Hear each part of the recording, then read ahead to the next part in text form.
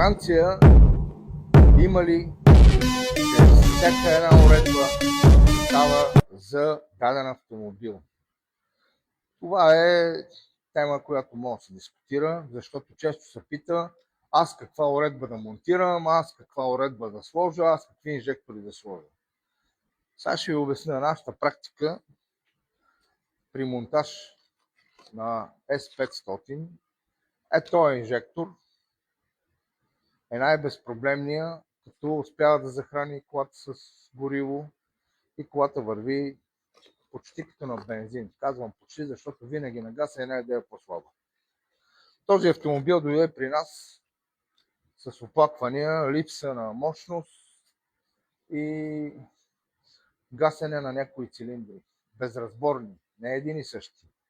Установяваме.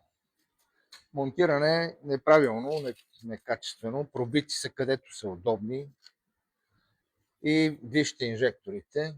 Валтек на 3 Ома, което е почти несъвместимо с този автомобил. Над 50 см, ето вижте, над 50 см първия маркуч и около не повече от 20 последния маркуч. Така че също сериозен пропуск в монтажа. Сега ще премонтираме уредбата, което ще струва едни прилични пари на собственика. Ще направим този автомобил да върви и с тази тамона. Този автомобил е с тамона. Значи аз не препоръчвам монтаж на тамона на автомобил S500 388 коня. Ще ви покажем после и резултата. И вече нареден Мерцедеса. Ето инжектор, друг инжектор, ето инжектор, инжектор, разпределител, отзад другия разпределител. Всичко си става на место, без никакъв проблем. Сега ще качим и филтрите. Продължаваме ремонта на S-класата. Ето изпарителя малко тече.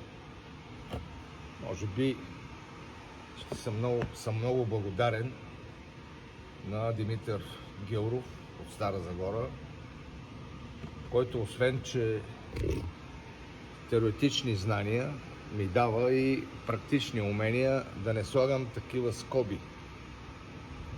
Продължаваме. Изпарителят е Томасето 350, конски сили на кола 388, който освен че прехвърля на бензин,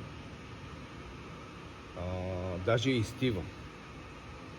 Ние ще се подменим изпарителя и ще монтираме това чудо на природата, като с два изхода е 450 коня. Вече е сменен изпарителя.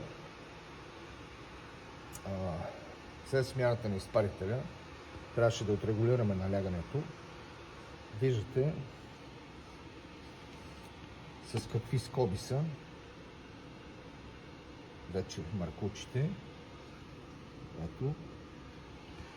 Тъй като тази скоба, когато се нагрее маркуча, тя се самозатяга. Сега ще покараме колата и се надявам всичко да е наред. Готова е S-класата. Кола, която дойде с монтирана газова уредба, която гасеше цилиндри, не искаше да върви и ред проблеми. Какво установихме? Първо, неподходяща електроника.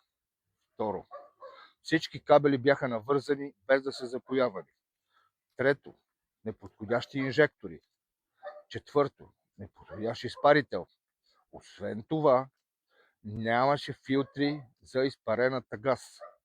Така че, колеги, ония, които твърдите в TikTok, че аз не познавам парите, моля да се обърнете към тези, които са взели 2000 и нещо лева да монтират тази кола и всичко, което те са поставили, изключвам газовата бутилка, всичко е подменено. Дали те познават парите? Може би е по-добре да дойдете, да платите един път и да имате кола, на която да се наслаждавате с удоволствие, отколкото да имате кола, която някой някъде е осакатил. Това е автомобил, който според човека, който го е продал, е поставена уредба много висок клас от най-добрия в град Плевен. Така че не се доверявайте на най-добрия някъде. Гледайте този, който е направил такива коли и нямат проблеми. Така че ако имате вие някакви проблеми с монтирана уредба, не се притеснявайте да ни звъните. Или желаете да ви бъде монтирана уредба и след това да нямате никакви проблеми, също не се притеснявайте да ни звъните.